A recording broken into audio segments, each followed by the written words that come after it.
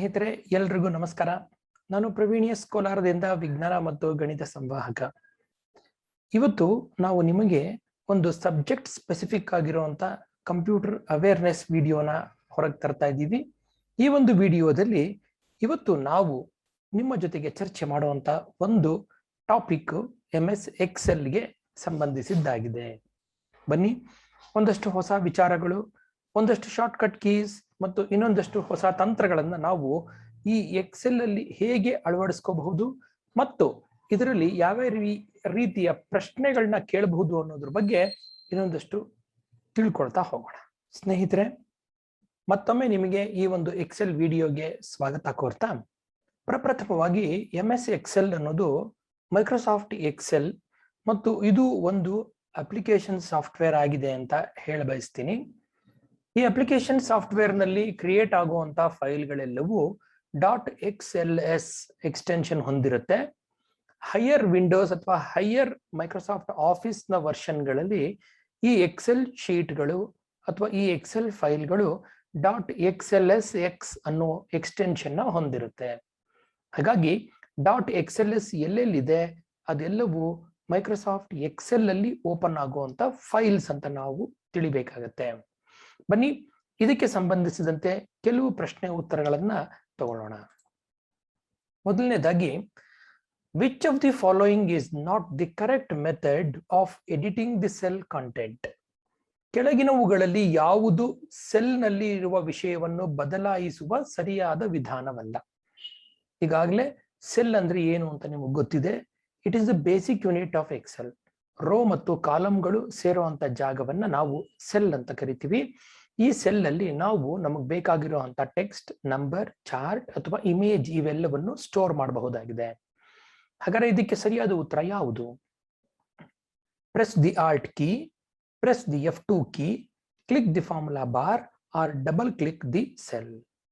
ಈ ಒಂದು ಪ್ರಶ್ನೆಗೆ ಸರಿಯಾದ ಉತ್ತರ ಪ್ರೆಸ್ ದಿ Alt ಕೀ.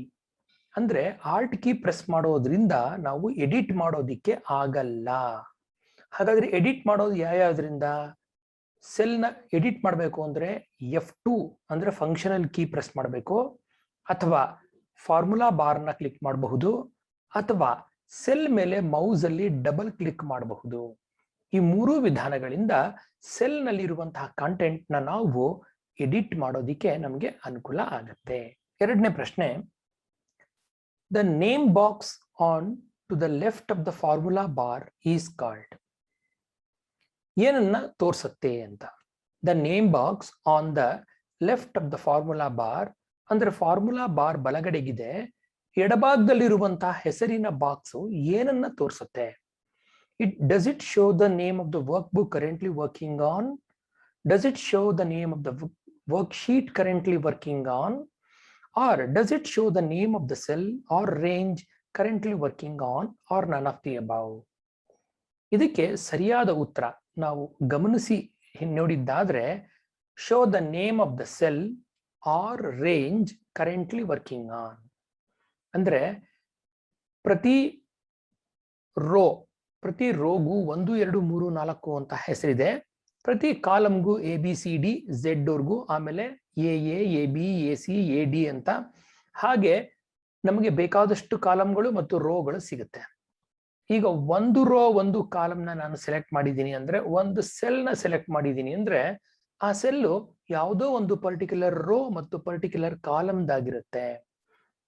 ಹಾಗಾಗಿ ಆ ಒಂದು ಸೆಲ್ನ ಅಡ್ರೆಸ್ ರೋ ಮತ್ತು ಕಾಲಮ್. A1 ಅಂತ ಕರೆದ್ರೆ ಎ ಒಂದು ರೋನಲ್ಲಿ, ಎ ಕಾಲಮ್ ಅಲ್ಲಿ ಮೊದಲನೇ ರೋನಲ್ಲಿ ಇರುವಂತ ಒಂದು ಸೆಲ್ ಅದು ಅಂತ ಅರ್ಥ. ಅದಷ್ಟೇ ಅಲ್ಲ, ಕೆಲವು ಸೆಲ್ಗಳನ್ನ ನೀವು ಗ್ರೂಪ್ ಮಾಡಿ ಅದಕ್ಕೆ ಒಂದು ಹೆಸರು ಕೊಡಬಹುದು. ಅದನ್ನ ನಾವು ಅರೇ ಅಂತ ಕರಿತೀವಿ, ಅಥವಾ ಮ್ಯಾಥಮೆಟಿಕ್ಸ್ ಅಲ್ಲಿ ಅದನ್ನ ಮ್ಯಾಟ್ರಿಕ್ಸ್ ಅಂತಾನೂ ಕರಿಬಹುದು. ಹೀಗೆ ಈ ಒಂದು ಫಾರ್ಮುಲಾ ಬಾರ್, ಬಲಗಡೆಗಿರುವಂತಹ ಫಾರ್ಮುಲಾ ಬಾರ್ ಮತ್ತು ಎಡಗಡೆಗಿರುವಂತಹ ನೇಮ್ ಬಾಕ್ಸ್, ಇದರಲ್ಲಿ A1 ಅಂತ ನಿಮ್ಗೇನ್ ಕಾಣಿಸ್ತಾ ಇದೆ ಅದು A1 ಮೊದಲ ಸೆಲ್ಲಿನ ಅಡ್ರೆಸ್ ಆಗಿದೆ. The other way is also true. ಅಂದ್ರೆ ಏನರ್ಥ? ನೀವು ಸೆಲ್ ಯಾವುದೇ ಸೆಲ್ ಮೇಲೆ ಕ್ಲಿಕ್ ಮಾಡಿದ್ರೆ ಅದು ಅಡ್ರೆಸ್ ತೋರಿಸಿದ ಹಾಗೆ, ನೀವು ಈ ಒಂದು ಅಡ್ರೆಸ್ ಬಾರ್ ಅಲ್ಲಿ ಯಾವುದೇ ಅಡ್ರೆಸ್ನ ಟೈಪ್ ಮಾಡಿದ್ರು ಆ ಸೆಲ್ ಕರ್ಕೊಂಡೋಗಿ ನಿಮ್ಮನ್ನ ಕೂಡ್ಸತ್ತದು. ಎರಡೂ ರೀತಿಯ ಎರಡೂ ರೀತಿಯ ಕಮ್ಯುನಿಕೇಶನ್ ಸಾಧ್ಯ ಇದೆ. ಮುಂದಿನ ಪ್ರಶ್ನೆ, each Excel file is a work book that contains different sheets. Which of the following can not be a sheet in the work book? ಪ್ರತಿಯೊಂದು ಎಕ್ಸೆಲ್ ಫೈಲ್ ವಿಭಿನ್ನ ಹಾಳೆಗಳನ್ನು ಒಳಗೊಂಡಿರುವ ಒಂದು ವರ್ಕ್ ಬುಕ್ ಆಗಿದೆ. ಹಾಗಾದ್ರೆ ಕೆಳಗಿನವುಗಳಲ್ಲಿ ABCD ಆಪ್ಷನ್ಗಳಲ್ಲಿ ಯಾವುದು ವರ್ಕ್ ಬುಕ್ ನಲ್ಲಿ ಹಾಳೆಯಾಗಿರಬಾರದು? ಹಾಳೆಯಾಗಿರೋದಕ್ಕೆ ಅವಕಾಶ ಇಲ್ಲ. Work sheet, chart sheet, macro sheet ಅಥವಾ ಡೇಟಾ ಶೀಟ್. ಇದರಲ್ಲಿ ಸರಿಯಾದ ಆಯ್ಕೆ ಡೇಟಾ ಶೀಟ್. ಡೇಟಾ ಶೀಟ್ ಅನ್ನೋದು ವರ್ಕ್ ಶೀಟ್ ಜೊತೆಗೆ ಸಮ್ಮಿಳಿತವಾಗಿರೋದ್ರಿಂದ ಅದನ್ನ ಸೆಪರೇಟ್ ಮಾಡಕ್ಕಾಗಲ್ಲ. ಸೆಪರೇಟ್ ವರ್ಕ್ ಶೀಟ್ ನೀವು ಹಾಕೋಬಹುದು, ಸೆಪರೇಟ್ ಚಾರ್ಟ್ ಅಂದ್ರೆ ಒಂದು ಚಾರ್ಟ್ ಅನ್ನ ಇರೋಂತ ಒಂದು ವರ್ಕ್ ಶೀಟ್ ಅಲ್ಲೇ ಎಂಬೆಡ್ ಮಾಡಬಹುದು, ಅಥವಾ ಚಾರ್ಟ್ಗೋಸ್ಕರ ಬೇರೆ ಶೀಟ್ ನೇ ನೀವು ಪ್ರಿಪೇರ್ ಮಾಡ್ಕೋಬಹುದು. ಇದ್ರ ಜೊತೆಗೆ ಮ್ಯಾಕ್ರೋ ಶೀಟ್ ಅಂತ, ಈ ಮ್ಯಾಕ್ರೋ ಅನ್ನೋದು ತಾನಾಗ ತಾನೇ ಕೆಲಸ ಮಾಡುವಂತ ಪ್ರೋಗ್ರಾಮಿಂಗ್ ಲ್ಯಾಂಗ್ವೇಜು. ಈ ಇನ್ಸ್ಟ್ರಕ್ಷನ್ ಶೀಟ್ ಅದು. ಈ ಒಂದು programming language instruction sheet visual basic ಅಲ್ಲಿ ಬರೆದಿರುವಂತ ಶೀಟ್ಸ್ ಅವು. ಅದು ಹೈಯರ್ ಎಂಡ್ ಪ್ರೋಗ್ರಾಮಿಂಗ್ ಗೊತ್ತಿರೋರಿಗೆ ಅನುಕೂಲ ಆಗುತ್ತೆ. ಅವರು ಸಹ ಅದನ್ನ ಒಂದು ಸೆಪರೇಟ್ ಶೀಟ್ ಆಗಿ ಇಟ್ಕೋಬಹುದು. ಮುಂದಿನ ಪ್ರಶ್ನೆ, how can you show or hide the grid lines in the Excel work sheet? ಒಂದು ಎಕ್ಸೆಲ್ ವರ್ಕ್ ಶೀಟ್ ನಲ್ಲಿ ಗ್ರಿಡ್ ಲೈನ್ ಗಳನ್ನ ಹೇಗೆ ತೋರಿಸಬಹುದು ಅಥವಾ ತೋರ್ತಾ ಇರುವಂತಹ ಗ್ರಿಡ್ ಲೈನ್ ನ ಹೇಗೆ ಮರೆಮಾಚಬಹುದು? ಅದಕ್ಕೆ ಆಪ್ಷನ್ಸ್ ಇಲ್ಲಿದೆ. Go to tools, options, view tab and mark or remove the checkbox named grid line. Click grid lines tool on the form toolbar, both of the above or none of the above. ಇದಕ್ಕೆ ಸರಿಯಾದ ಉತ್ತರ both of the above. ಎರಡು ರೀತಿಯಿಂದ ನಾವು grid line ಗಳನ್ನ of ಮಾಡಬಹುದು ಅಥವಾ of ಆಗಿರುವಂತಹ ಗ್ರಿಡ್ ಲೈನ್ ಗಳನ್ನ ಪುನಃ ಸ್ಥಾಪಿಸಿ ಆನ್ ಮಾಡಬಹುದು.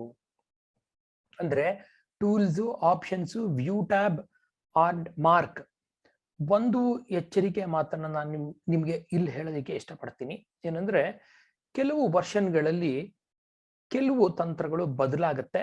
ಹಾಗಾಗಿ ಸಣ್ಣ ಪುಟ್ಟ ಬದಲಾವಣೆಗಳು ನಮ್ಮ ಈ ಒಂದು ವಿಡಿಯೋಗಳಲ್ಲಿ ನೀವು ನೋಡಬಹುದು. Click grid line tool or forms ಅಥವಾ ವ್ಯೂ ಟೂಲ್ ಬಾರ್ ಇಂದ ಗ್ರಿಡ್ ಲೈನ್ಸ್ ನ ಆಫ್ ಅಂಡ್ ಆನ್ ಅಂತಾನು ಮಾಡ್ಕೋಬಹುದು. ಗ್ರಿಡ್ ಲೈನ್ಸ್ ಇದ್ದಷ್ಟು ನಮಗೆ ಅನುಕೂಲವೇ ಸರಿ. ಮುಂದಿನ ಪ್ರಶ್ನೆ, which of the following Excel screen components cannot be turned on or off? Excel work ಮಾಡುವಾಗ ಎಕ್ಸೆಲ್ ವರ್ಕ್ ಏರಿಯಾದಲ್ಲಿ ನಮಗೆ ಬೇಕಾದಷ್ಟು ಟೂಲ್ಸ್, ಮೆನು ಕಂಡು ಬರುತ್ತೆ. ಯಾವ ಯಾವ ಟೂಲ್ ಅಥವಾ ಮೆನುಗಳನ್ನ ನಾವು ಅಥವಾ ಪರದೆಯ ಘಟಕಗಳನ್ನ ಅಂತ ಕರೆಯೋಣ, ಇದನ್ನ ಯಾವ ಯಾವ ಎಕ್ಸೆಲ್ ನ ಪರದೆಯ ಘಟಕಗಳನ್ನ ಆನ್ ಅಥವಾ ಮಾಫ್ ಮಾಡಲು ಸಾಧ್ಯ ಇಲ್ಲ ಅನ್ನೋದು ಪ್ರಶ್ನೆ. Formula bar, status bar, tool bar, none of the above. ಇದಕ್ಕೆ ಸರಿಯಾದ ಉತ್ತರ ನನ್ ಆಫ್ ದಿ ಅಬೌವ್. ಕಾರಣ, ನಿಮಗೆ ಬೇಡ ಅಂದ್ರೆ ಫಾರ್ಮುಲಾ ಬಾರ್ನ ಆಫ್ ಮಾಡಬಹುದು, ಸ್ಟೇಟಸ್ ಬಾರ್ನ ಆಫ್ ಮಾಡಬಹುದು, ಟೂಲ್ ಬಾರ್ನು ಸಹ ಆಫ್ ಮಾಡಬಹುದು. ಹಾಗಾಗಿ ಇವೆಲ್ಲವನ್ನು ಆಫ್ ಮಾಡಿದಾಗ ನಮಗೆ ವರ್ಕಿಂಗ್ ಏರಿಯಾ ಜಾಸ್ತಿ ಸಿಗುತ್ತೆ. ಆ ವರ್ಕ್ ಏರಿಯಾ ಜಾಸ್ತಿ ಸಿಗೋದ್ರಿಂದ ನಮ್ಮ ಪ್ರಾಸೆಸ್ ಇನ್ ಸ್ವಲ್ಪ ಫಾಸ್ಟ್ ಆಗಿ ಆಗಬಹುದು ಅಂತ. ಹಾಗಾಗಿ ಇದನ್ನ ಟಾಗಲ್ ಮಾಡಕ್ಕೆ ಅವಕಾಶ ಮಾಡಿಕೊಟ್ಟಿದ್ದಾರೆ. ಟಾಗಲ್ ಅಂದ್ರೆ ಆನ್ ಅಂಡ್ ಆಫ್ ಮಾಡೋದಿಕ್ಕೆ ಅಂತ.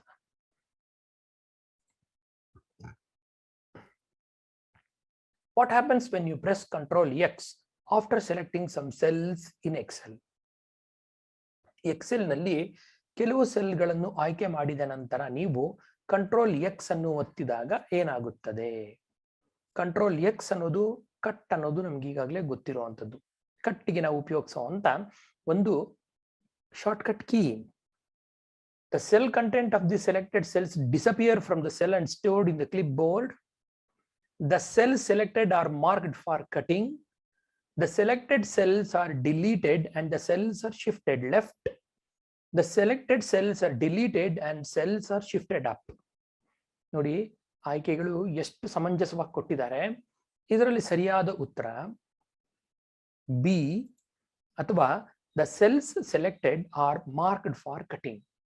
ಅಂದ್ರೆ ಒಂದ್ ಅರ್ಥ ಮಾಡ್ಕೊಳ್ಳೋಣ, ಕಂಟ್ರೋಲ್ ಎಕ್ಸ್ ಒತ್ತಿದ ತಕ್ಷಣ ಅದು ಮಾಯಾ ಆಗ್ಬಿಡಲ್ಲ. ಆ ಸೆಲ್ ನಲ್ಲಿ ಆ ಒಂದು ರೆಕ್ಟಾಂಗಲ್ ಬ್ಲಿಂಕ್ ಆಗ್ತಾ ಇರತ್ತೆ. ಅಂದ್ರೆ it is ready for cut and it has been marked for cutting ಅಂತ.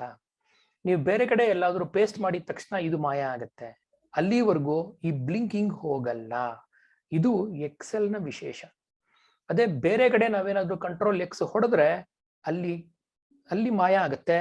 ಎಲ್ಲಿಗೆ ಬೇಕೋ ಅಲ್ಲಿಗೆ ನಾವು ಕಾಪಿ ಮಾಡ್ಕೊಳ್ಳೋದಿಕ್ಕೆ ಅದು ಕ್ಲಿಪ್ ಬೋರ್ಡ್ ಅಲ್ಲಿ ಕಾಪಿ ಆಗಿರುತ್ತೆ. ಎಲ್ಲಿ ಬೇಕೋ ಅಲ್ಲಿ ಕಂಟ್ರೋಲ್ ವಿ ಹೊಡೆದು ಪೇಸ್ಟ್ ಮಾಡಬಹುದು.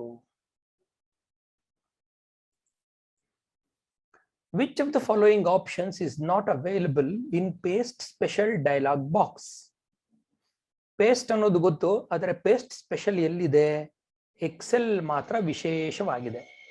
ಪೇಸ್ಟ್ ಸ್ಪೆಷಲ್ ಸಂವಾದ ಪಟ್ಟಿಗೆಯಲ್ಲಿದೆ ಈ ಕೆಳಗಿನ ಆಯ್ಕೆಗಳಲ್ಲಿ ಯಾವುದು ಲಭ್ಯವಿಲ್ಲ? Add, subtract, divide, square root. ಇವುಗಳಲ್ಲಿ ಯಾವುದು ಲಭ್ಯ ಇಲ್ಲ ಅಂತ ನಾವು ಕಂಡುಕೋಬೇಕಾಗಿದೆ. ಸರಿಯಾದ ಉತ್ತರ square root. Paste special dialog box ನಾವು ಒಮ್ಮೆ ನೋಡೋಣ. ಕಂಟ್ರೋಲ್ ಸಿ ಮಾಡಿದೀವಿ. ಕಂಟ್ರೋಲ್ ಸಿ ಮಾಡಿ ಕಂಟ್ರೋಲ್ ವಿ ಮಾಡಕ್ಕೂ ಮುಂಚೆ ಪೇಸ್ಟ್ ರೈಟ್ ಕ್ಲಿಕ್ ಒತ್ತಿದಾಗ ನಮಗೆ ಪೇಸ್ಟ್ ಅಥವಾ ಪೇಸ್ಟ್ ಸ್ಪೆಷಲ್ ಅಂತ ಎರಡು ಆಪ್ಷನ್ ತೋರಿಸುತ್ತೆ. ಅದರಲ್ಲಿ ಪೇಸ್ಟ್ ಸ್ಪೆಷಲ್ ತಗೊಂಡಾಗ ಏನ್ ಪೇಸ್ಟ್ ಮಾಡಬೇಕು? ಎಲ್ಲ ಪೇಸ್ಟ್ ಮಾಡ್ಬೇಕಾ? ಫಾರ್ಮುಲಾನ, ವ್ಯಾಲ್ಯೂನ, ಫಾರ್ಮ್ಯಾಟ್ನ ಪೇಸ್ಟ್ ಮಾಡ್ಲಾ, ಕಾಮೆಂಟ್ ಪೇಸ್ಟ್ ಮಾಡ್ಲಾ, ವ್ಯಾಲಿಡೇಷನ್ ಪೇಸ್ಟ್ ಮಾಡ್ಲಾ? ನೋಡಿ ಎಷ್ಟು ಅವಕಾಶ ಇದೆ. ಅದ್ರ ಜೊತೆಗೆ ಆಪರೇಷನ್ಸ್ ಅಲ್ಲಿ ನನ್, ಮಲ್ಟಿಪ್ಲೈ, ಡಿವೈಡ್, ಆಡ್, ಸಬ್ಟ್ರಾಕ್ಟ್ ಅಂತ ಇದೆ. ಆದ್ರೆ ಸ್ಕ್ವೇರ್ ರೂಟ್ ಅನ್ನೋ ಆಪ್ಷನ್ ಇಲ್ಲ. ಹಾಗಾಗಿ ಅದರಲ್ಲಿ ಸ್ಕ್ವೇರ್ ರೂಟ್ ಇಲ್ಲ ಅನ್ನೋದನ್ನ ನಾವು ನೋಡ್ಕೋಬೇಕಾಗತ್ತೆ. ನಮ್ಮ ಮುಂದಿನ ಪ್ರಶ್ನೆ, which of the following commands will allow you to choose to convert a column of data into row? Column ನಲ್ಲಿರುವಂತ ಮಾಹಿತಿಯನ್ನ ರೋ ಆಗಿ ಪರಿವರ್ತನೆ ಮಾಡಬೇಕಾಗಿದೆ. ಅದನ್ನ ಹೇಗ್ ಮಾಡೋದು? ಡೇಟಾ ಕಾಲಮ್ ಅನ್ನು ಕಾಲಮ್ನ ನಾವೇನ್ ಮಾಡಬೇಕು? ಸಾಲಾಗಿ ಪರಿವರ್ತಿಸಬೇಕು. ಕಾಲಮ್ನ ರೋ ಆಗಿ ಪರಿವರ್ತಿಸಬೇಕು. ನೀವು ಯಾವ ಆಜ್ಞೆಯನ್ನ ಆರಿಸುತ್ತೀರಿ? Cut and paste, paste special, transpose, rotate, none of these. ಇದರಲ್ಲಿ ಸರಿಯಾದ ಉತ್ತರ ಬಿ, ಪೇಸ್ಟ್ ಸ್ಪೆಷಲ್ ಟ್ರಾನ್ಸ್ಪೋಸ್. ಈಗಾಗಲೇ ಪೇಸ್ಟ್ ಸ್ಪೆಷಲ್ ಬಗ್ಗೆ ಮಾತಾಡಿದಾಗ ಅದ್ರ ಹಿಂದೆನೂ ನೀವು ನೋಡಿದ್ರಿ, ಟ್ರಾನ್ಸ್ಪೋಸ್ ಅನ್ನೋ ಒಂದು ಆಪ್ಷನ್ ಕಾಣಿಸ್ತಿತ್ತು. ಇಲ್ಲಿ ಟ್ರಾನ್ಸ್ಪೋಸ್ ಅನ್ನೋ ಆಪ್ಷನ್ ನೀವು ನೋಡಬಹುದು. ಪೇಸ್ಟ್ ಮಾಡಕ್ ಮುಂಚೆ ಈ ಟ್ರಾನ್ಸ್ಪೋಸ್ ನ ನೀವು ಕ್ಲಿಕ್ ಮಾಡಿದ್ರೆ, ಇನೇಬಲ್ ಮಾಡಿದ್ರೆ ರೋ ಕಾಲಮ್ ನಲ್ಲಿ ಇರುವಂತ ಡೇಟಾ ರೋ ಆಗಿ ಪರಿವರ್ತನೆ ಆಗತ್ತೆ. ಇದಕ್ಕೆ ಇನ್ನೂ ಒಂದು ಮಾರ್ಗನೂ ಇದೆ. ಎಕ್ಸೆಲ್ ಅಲ್ಲಿ ಇನ್ನೊಂದು ವಿಶೇಷವಾದ ಒಂದು ಬಿಲ್ಟ್ ಅಪ್ ಇದೆ, ಬಿಲ್ಟ್ ಇನ್ ಆಪ್. ಏನದು? ಪಿವೋಟ್ ಟೇಬಲ್ಸ್ ಅಂತ. ಈ ಪಿವೋಟ್ ಟೇಬಲ್ಸ್ ಉಪಯೋಗಿಸಿಕೊಂಡು ಸಹ ನಾವು ರೋಗಳನ್ನ ಕಾಲಮ್ ಮಾಡಬಹುದು, ಕಾಲಮ್ನ ರೋ ಮಾಡಬಹುದು ಮತ್ತು ಇನ್ನೂ ಅನೇಕ ವಿಶೇಷ ಕೆಲಸಗಳನ್ನ ಮಾಡಬಹುದು. ಮುಂದಿನ ವಿಡಿಯೋದಲ್ಲಿ ನಾನು ಈ ಪಿವೋಟ್ ಟೇಬಲ್ಸ್ ಬಗ್ಗೆ ಮತ್ತು ಅದನ್ನ ಹೇಗ್ ಬಳಸ್ಕೊಳ್ಳೋದು, ಅದನ್ನ ಬಳಸ್ಕೊಂಡು ಡೇಟಾಬೇಸ್ ಮ್ಯಾನೇಜ್ಮೆಂಟ್ ಎಫೆಕ್ಟಿವ್ ಆಗಿ ಹೇಗ್ ಮಾಡೋದು ಅನ್ನೋದ್ರ ಬಗ್ಗೆ ತಿಳಿಸ್ಕೊಡ್ತೀನಿ. ನಮ್ಮ ಮುಂದಿನ ಒಂದು ಪ್ರಶ್ನೆ, long text can be broken down into many lines within a cell. You can do this through. ದೀರ್ಘ ಪಠ್ಯವನ್ನು ಕೋಶದೊಳಗೆ ಹಲವು ಸಾಲುಗಳಾಗಿ ವಿಭಜಿಸಬಹುದು. ನೀವು ಇದನ್ನು ಈ ಮೂಲಕ ಮಾಡಬಹುದು. ದೊಡ್ಡ ಟೆಕ್ಸ್ಟ್ ಇದೆ, ಆದ್ರೆ ಅಷ್ಟು ದೊಡ್ಡ ಟೆಕ್ಸ್ಟ್ ನಾವು ಒಂದೇ ಸೆಲ್ ಅಲ್ಲಿ ಎಡದಿಂದ ಬಲಕ್ಕೆ ಬರೆಯೋದರ ಬದಲಾಗಿ ಒಂದು ದೊಡ್ಡ ಟೆಕ್ಸ್ಟ್ ಅನ್ನ 2, 3 ಅಥವಾ 5, 10 ಲೈನ್ಗಳಿಗೆ 2, 3 ಅಥವಾ 5, 10 ಲೈನ್ಗಳಿಗೆ ಅದನ್ನ ಬ್ರೇಕ್ ಮಾಡಬಹುದು. ಇದನ್ನ ಮಾಡುವಂತ ಫೆಸಿಲಿಟಿ ಯಾವುದು? ರ್ಯಾಪ್ ಟೆಕ್ಸ್ಟ್ ಇನ್ ಫಾರ್ಮ್ಯಾಟ್, ಸೆಲ್ಸ್, ಜಸ್ಟಿಫೈ ಇನ್ ಎಡಿಟ್, ಸೆಲ್ಸ್, ಟೆಕ್ಸ್ಟ್ ರ್ಯಾಪಿಂಗ್ ಇನ್ ಫಾರ್ಮ್ಯಾಟ್, ಸೆಲ್ಸ್ ಅಥವಾ ಎಲ್ಲವೂ. ಇದಕ್ಕೆ ಸರಿಯಾದ ಉತ್ತರ ರ್ಯಾಪಿಂಗ್ ಆಫ್ ಟೆಕ್ಸ್ಟ್ ಅಂತ ಅರ್ಥ. ನೀವು ರ್ಯಾಪಿಂಗ್ ಆಫ್ ಟೆಕ್ಸ್ಟ್ ಆ ಆಪ್ಷನ್ ಆಯ್ಕೆ ಮಾಡಿದ್ದಾದ್ರೆ ಅದೇ ಆಟೋಮೆಟಿಕ್ ಆಗಿ 2, 3 ಲೈನ್ಗಳಾಗಿ ಹೊಡೆದು ಕುತ್ಕೊಂಡ್ಬಿಡುತ್ತೆ. ರ್ಯಾಪ್ ಟೆಕ್ಸ್ಟ್ ಫಾರ್ಮ್ಯಾಟ್, ಸೆಲ್ಸ್ ಯಾವ ಸೆಲ್ಗಳಿಗೆ ನೀವು ರ್ಯಾಪ್ ಟೆಕ್ಸ್ಟ್ ಅಪ್ಲೈ ಮಾಡಬೇಕು ಅಂತಿರುತ್ತೋ ಅಷ್ಟನ್ನ ಸೆಲೆಕ್ಟ್ ಮಾಡಿದ್ರೆ ಅಲ್ಲಿ ರ್ಯಾಪಿಂಗ್ ಟೆಕ್ಸ್ಟ್ ಆಗತ್ತೆ. ಇಲ್ಲಿ ರ್ಯಾಪ್ ಟೆಕ್ಸ್ಟ್ ಅನ್ನೋದು ಒಂದು ಭಾಗ. ಇಲ್ಲಿ ನೀವು ಕಂಡ ಹಾಗೆ ಒಂದು ಸಿಂಗಲ್ ಲೈನ್, ದೊಡ್ಡ ಲೈನ್ ನ 2 ಲೈನ್ಗಳಾಗಿ ವಿಭಜಿಸಿರುವಂತ ಒಂದು ಚಿತ್ರ ನಿಮ್ಮ ಕಣ್ಣಿಗೆ ಕಾಣಿಸ್ತಾ ಇದೆ. ಅದನ್ನ ನಾವು ಇಲ್ಲಿ ಹೈಲೈಟ್ ಮಾಡಿದ್ವಿ. ಮುಂದಿನ ಪ್ರಶ್ನೆ, MS Excel provides the default value for step in fill series dialog box. ಯಾವುದು ಡಿಫಾಲ್ಟ್ ವ್ಯಾಲ್ಯೂ ಅದು? ಫಿಲ್ ಸೀರೀಸ್ ಬಗ್ಗೆ ನಾನು ನಿಮ್ಗೆ ಹೇಳ್ತೀನಿ. MS Excel fill series dialogue box ನಲ್ಲಿ ಹಂತಕ್ಕೆ ಡಿಫಾಲ್ಟ್ ಮೌಲ್ಯವನ್ನು ಒದಗಿಸುತ್ತದೆ. ಎಷ್ಟು ಡಿಫಾಲ್ಟ್ ಮೌಲ್ಯ? 0, 1, 5, 10. ಉದಾಹರಣೆಗೆ 1 ಅಂತ ಬರೆದು ನಾವೇನ್ ಮಾಡ್ತೀವಿ, 1 ಅಂತ ಬರೆದು ಅದನ್ನ ಫಿಲ್ ಸೀರೀಸ್ ಅಂದ್ರೆ ಆ ಎಕ್ಸೆಲ್ ಪಾರ್ಟ್ ಅಲ್ಲಿ ಒಂದು ಸೆಲ್ ಪಾರ್ಟ್ ಅಲ್ಲಿ ನಾವು ಪ್ಲಸ್ ಚಿಹ್ನೆ ಬರೋವರೆಗೂ ಬರೋ ಹಾಗೆ ಬಂದಾಗ ಮೌಸ್ ಕ್ಲಿಕ್ ಮಾಡಿ ಎಳೆದ್ರೆ, ಮೇಲಿಂದ ಕೆಳಗೆ ಎಳೆದಾಗ ಆಟೋಮೆಟಿಕ್ ಆಗಿ ಅದೇನ್ ಮಾಡುತ್ತೆ 1, 2, 3, 4 ಅಂತ ತಗೊಂಡ್ಬಿಡುತ್ತೆ. ಇದನ್ನ ಡಿಫಾಲ್ಟ್ ವ್ಯಾಲ್ಯೂ ಅಂತ ಅನ್ನೋದು. ಹಾಗಾಗಿ ಇಲ್ಲಿ ಡಿಫಾಲ್ಟ್ ವ್ಯಾಲ್ಯೂ ಎಷ್ಟು ಡಿಫರೆನ್ಸ್ ಕೂಡಿಸಿದಾರೆ ಅವರು? 1 ಅಂತ ಕೂಡಿಸಿದ್ದಾರೆ. ನಿಮಗೆ ಬೇಡ ಅಂದ್ರೆ ಡಿಫಾಲ್ಟ್ ನ ಚೇಂಜ್ ಮಾಡಬಹುದು, ಅಥವಾ ಆಟೋ ಫಿಲ್ ಸೀರೀಸ್ ಅಂತಾನೆ ಬೇರೆ ಆಪ್ಷನ್ ಇದೆ. ಈ ಆಪ್ಷನ್ ಅಲ್ಲಿ ನಿಮ್ಗೆ ಎಷ್ಟೆಷ್ಟು ಬೇಕೋ ಆಟೋ ಫಿಲ್ ಸೀರೀಸ್ ನ ನೀವೇ ಕ್ರಿಯೇಟ್ ಮಾಡ್ಕೋಬಹುದು. ಉದಾಹರಣೆಗೆ ನಿಮ್ಮ ಕಂಪನಿಯಲ್ಲಿ ಒಂದಷ್ಟು ಜನ ಎಂಪ್ಲಾಯೀಸ್ ಇರ್ತಾರೆ. ಒಬ್ಬರ ಹೆಸರನ್ನ ಬರೆದು ನೀವು ಡ್ರ್ಯಾಗ್ ಮಾಡಿದ್ದೀರಾ ಅಂದ್ರೆ ಎಲ್ಲರ ಹೆಸರು ಅಲ್ಲಿ ಬಂದು ಕೂತ್ಕೊಳ್ಳೋ ಹಾಗೆ ನಾವು ಪ್ರಿಡಿಟರ್ಮೈನ್ಡ್ ಆಟೋ ಫಿಲ್ ಸೀರೀಸ್ ನ ಕ್ರಿಯೇಟ್ ಮಾಡಬಹುದಾಗಿದೆ. ಮುಂದಿನ ಪ್ರಶ್ನೆ, in MS Excel default number of sheets are. MS Excel open ಮಾಡಿದ ತಕ್ಷಣ ಶೀಟ್ಗಳಲ್ಲಿ ಡಿಫಾಲ್ಟ್ ಸಂಖ್ಯೆ ಎಷ್ಟು ಶೀಟ್ಗಳಿರುತ್ತೆ? 3, 4, 5 ಅಥವಾ 10? ಇದಕ್ಕೆ ಸರಿಯಾದ ಉತ್ತರ 3. ಸಾಧಾರಣವಾಗಿ MS Excel 2006, 2007 ಇದರಲ್ಲೆಲ್ಲ 3 ಶೀಟ್ಗಳಿರುತ್ತವೆ. ಅಪ್ಗ್ರೇಡೆಡ್ ವರ್ಷನ್ಗಳಲ್ಲಿ 3ಕ್ಕಿಂತ ಹೆಚ್ಚು ಅಥವಾ 3ಕ್ಕಿಂತ ಕಡಿಮೆ ಇರುವಂತ ಸಾಧ್ಯತೆ ಇದೆ. ಆದ್ರೆ 2006 ಆಫೀಸ್ 2006, ಆಫೀಸ್ 2007 ಕನ್ಸಿಡರ್ ಮಾಡಿಕೊಂಡು ಈ ಪ್ರಶ್ನೆಯನ್ನ ಕೇಳಿರುವಂತದ್ದು. ಇದರಲ್ಲಿ 3 ಶೀಟ್ಗಳು ಡಿಫಾಲ್ಟ್ ಆಗಿ ಬಂದಿರುತ್ತೆ. ಈ ಚಿತ್ರದಲ್ಲಿ ನೀವು ನೋಡಬಹುದು. Sheet 1, sheet 2, sheet 3. ಅದರ ಪಕ್ಕದಲ್ಲಿ ಅಲ್ಲೊಂದು ಸ್ಟಾರ್ ಕಾಣಿಸ್ತಾ ಇರೋದನ್ನ ನೀವು ಕ್ಲಿಕ್ ಮಾಡಿದ್ದಾದ್ರೆ ಶೀಟ್ 4 ನ್ಯೂ ಶೀಟ್ಗಳನ್ನ ನೀವು ನಿಮ್ಮ ಮೊಬೈಲ್ ಅಥವಾ ನಿಮ್ಮ ಕಂಪ್ಯೂಟರ್ಗೆ ಅನುಕೂಲಕ್ಕೆ ಹೊಂದಿಕೊಂಡಂತೆ ಎಷ್ಟು ಶೀಟ್ಗಳನ್ನ ಬೇಕಾದ್ರೂ ಹಾಕೋಬಹುದು. ಹೆಚ್ಚು ಶೀಟ್ಗಳನ್ನ ಹಾಕ್ತಾ ಇದ್ರೆ ರ್ಯಾಮ್ ಮೇಲೆ ಅದರ ಪ್ರಭಾವ ಬೀರುತ್ತೆ. ಹಾಗಾಗಿ ರ್ಯಾಮ್ ಕೆಪಾಸಿಟಿ ಮೇಲೆ ನೀವು ಎಷ್ಟು ಶೀಟ್ಗಳನ್ನ ಹಾಕಿ ಪ್ರಾಸೆಸ್ ಮಾಡಕ್ ಅನುಕೂಲ ಆಗುತ್ತೋ ಅಷ್ಟು ಶೀಟ್ಗಳನ್ನ ಹಾಕೊಂಡು ಮುಂದುವರಿಬಹುದು. ಆದ್ರೆ ಪ್ರತಿ ಶೀಟ್ನಲ್ಲೂ ಸಾವಿರಾರು ರೋ ಮತ್ತು ಸಾವಿರಾರು ಕಾಲಮ್ಗಳಿರೋದ್ರಿಂದ ಪ್ರತಿ ಶೀಟು ಹೆಚ್ಚು ಬೇಕಾದಷ್ಟು ಡೇಟಾನ ಹಿಡ್ಕೊಳ್ಳುತ್ತೆ. ಮುಂದಿನ ಪ್ರಶ್ನೆ, which of the following is true about find and replace in Excel? Excel ನಲ್ಲಿ ಫೈಂಡ್ ಮತ್ತು ರೀಪ್ಲೇಸ್ ಕುರಿತು ಈ ಕೆಳಗಿನವುಗಳಲ್ಲಿ ಯಾವುದು ಸರಿ?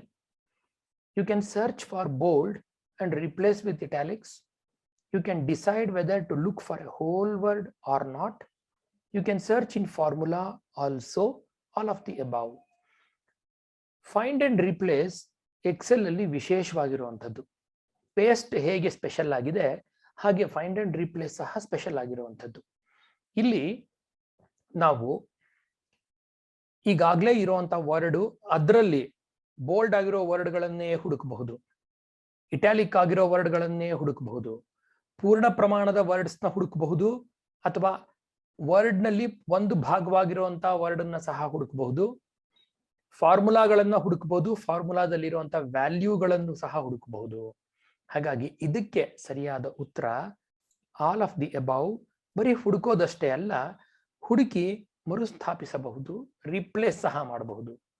ಉದಾಹರಣೆಗೆ ನಾನು ಕೋಲಾರ್ ಅನ್ನೋ ಒಂದು ಪದಾನ ಬೋಲ್ಡ್ ಮಾಡಿ ಎಕ್ಸೆಲ್ ಶೀಟ್ ಅಲ್ಲಿ ಬರೆದಿದ್ದು, ಅದನ್ನ ನಾನು ಎಲ್ಲೆಲ್ಲಿ ಕೋಲಾರ್ ಅಂತ ಇದೆ ಅದು ಎಲ್ಲವನ್ನು ಕೋಲಾರ್ ಇಟ್ಯಾಲಿಕ್ ಮಾಡಬೇಕು ಅಂತಂದ್ರೆ ಹೋಗಿ ಸರ್ಚ್ ಮಾಡಿ ಕೋಲಾರ್, ಅದಕ್ಕೆ format hockey bold, replace with Kolar, ಅದನ್ನ ಫಾರ್ಮ್ಯಾಟ್ ವಿತ್ ಇಟ್ಯಾಲಿಕ್ ಅಂತ ಕೊಟ್ರೆ ನನ್ನ ಶೀಟ್ ನಲ್ಲಿ ಕಾಣುವಂತಹ ಯಾವುದು ಬೋಲ್ಡ್ ಆಗಿರುವಂತ ಕೋಲಾರ ಪದ ಇದೆ ಅವೆಲ್ಲವೂ ಕೋಲಾರ್ ಇಟಾಲಿಸೈಸ್ ಆಗ್ಬಿಡತ್ತೆ.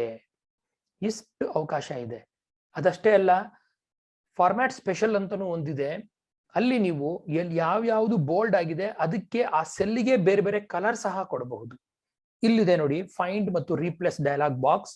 ಫೈಂಡ್ ಪಕ್ಕದಲ್ಲಿ ಕೊಟ್ಟು ನೋ ಫಾರ್ಮ್ಯಾಟ್ ಸೆಟ್, ಫಾರ್ಮ್ಯಾಟ್ ಹಾಕಿ ಫಾರ್ಮ್ಯಾಟ್ ಮಾಡಬಹುದು.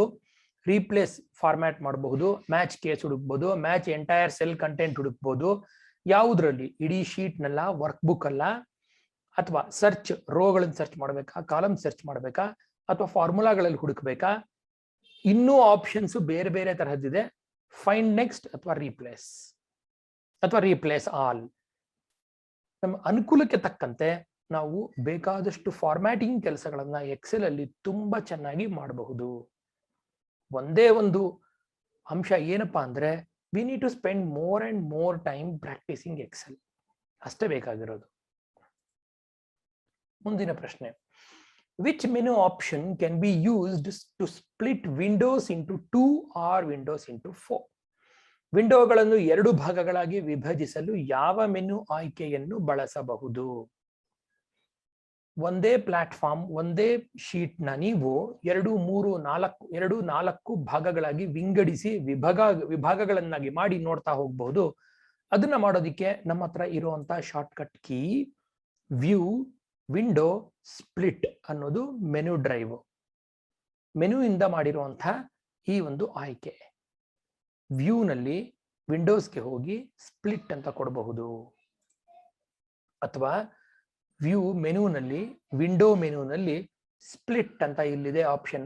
ನಾವು ಅದನ್ನ ಎನ್ಸರ್ಕಲ್ ಮಾಡಿದೀವಿ. ನೀವು ಅದ್ರ ಮೂಲಕ ಸ್ಪ್ಲಿಟ್ ಮಾಡಿ ಒಂದೇ ಕಡೆ ಬೇರೆ ಬೇರೆ ವ್ಯೂಗಳನ್ನ ನೋಡಬಹುದು. ಉದಾಹರಣೆಗೆ 100 ಕಾಲಮ್ ಕೆಳಗಡೆ ಇನ್ನೊಂದು ಟೇಬಲ್ ಮಾಡಿದೀರಾ, ಆ ಟೇಬಲ್ ನ ಪಕ್ಕದಲ್ಲಿ ಇಟ್ಕೊಂಡು ಮೊದಲನೇ ಕಾಲಮ್ನ ಈ ಕಡೆ ಇಟ್ಕೊಂಡು 100ನೇ ಕಾಲಮ್ ಕೆಳಗಡೆ 100ನೇ ರೋ ಕೆಳಗಡೆ ಮಾಡಿರುವಂತದ್ದನ್ನ ಬಲಭಾಗದಲ್ಲಿ ಇಟ್ಕೊಂಡು ನೋಡಿ ಎರಡಕ್ಕೂ ಕಂಪ್ಯಾರಿಸನ್ ಮಾಡಬಹುದಾಗಿದೆ.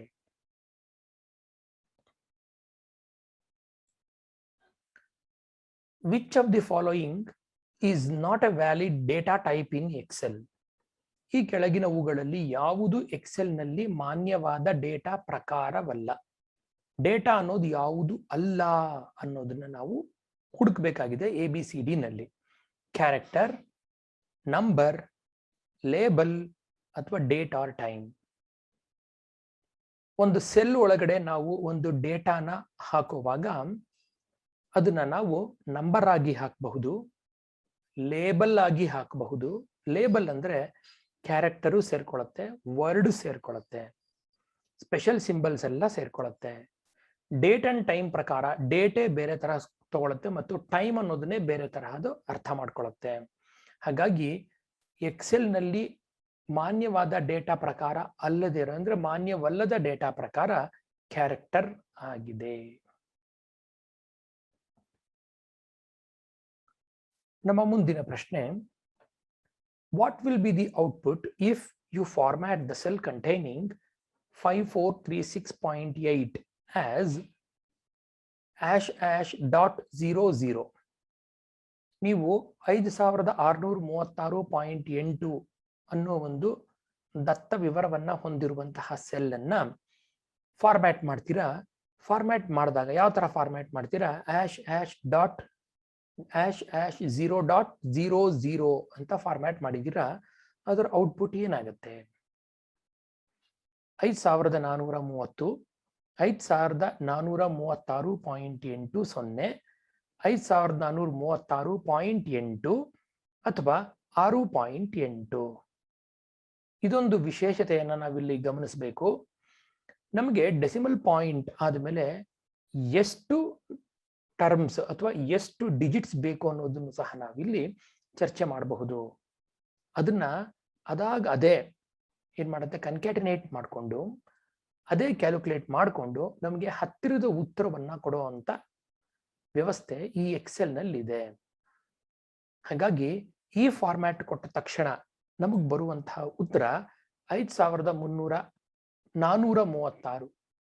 5436.80. ಡಾಟ್ ಆದ್ಮೇಲೆ ಅಂದ್ರೆ ಪಾಯಿಂಟ್, ಡೆಸಿಮಲ್ ಪಾಯಿಂಟ್ ಆದ್ಮೇಲೆ 2 ಸಿಗ್ನಿಫಿಕೆಂಟ್ ಡಿಜಿಟ್ಸ್ ನಾವಿಲ್ಲಿ ಆಯ್ಕೆ ಮಾಡ್ಕೋತಾ ಇದ್ದೀವಿ. ನೀವು 2 ಅಲ್ಲ, 5, 6, 7, 8 ಎಷ್ಟು ಬೇಕಾದ್ರೂ ಸಿಗ್ನಿಫಿಕೆಂಟ್ ಡಿಜಿಟ್ಸ್ ನ ಆಯ್ಕೆ ಮಾಡ್ಕೋಬಹುದು.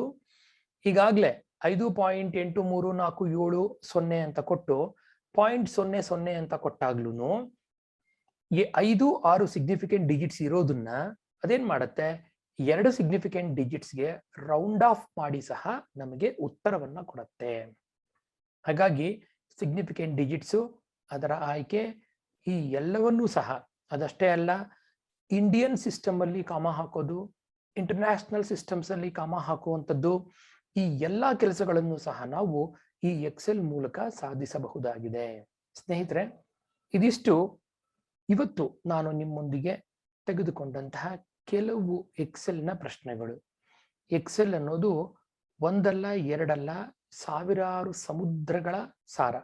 ಯಾಕೆಂದ್ರೆ ಎಕ್ಸೆಲ್ ನಲ್ಲಿ ನೀವು ಬಗಿತಾ ಹೋದ ಹಾಗೆ ಬೇಕಾದಷ್ಟು ವಿವರಗಳು, ಬೇಕಾದಷ್ಟು ಸಾಧನಗಳು ಸಿಗುತ್ತಾ ಹೋಗುತ್ತೆ. ಹಾಗಾಗಿ ಇನ್ನೊಂದಷ್ಟು ಹೊಸ ವಿಚಾರಗಳೊಂದಿಗೆ ಎಕ್ಸೆಲ್ನ ಮತ್ತೊಂದಷ್ಟು ಪೂರ್ಣ ರೀತಿಯಲ್ಲಿ ಅರ್ಥ ಮಾಡ್ಕೊಳ್ಳೋದಿಕ್ಕೆ ಅನುಕೂಲ ಮಾಡ್ಕೊಳ್ಳೋ ಹಾಗೆ ಹೊಸ ವಿವರಗಳನ್ನ ಮುಂದಿನ ವಿಡಿಯೋದಲ್ಲಿ ತರ್ತೀನಿ. ಅಲ್ಲಿವರೆಗೂ ನಮಸ್ಕಾರ.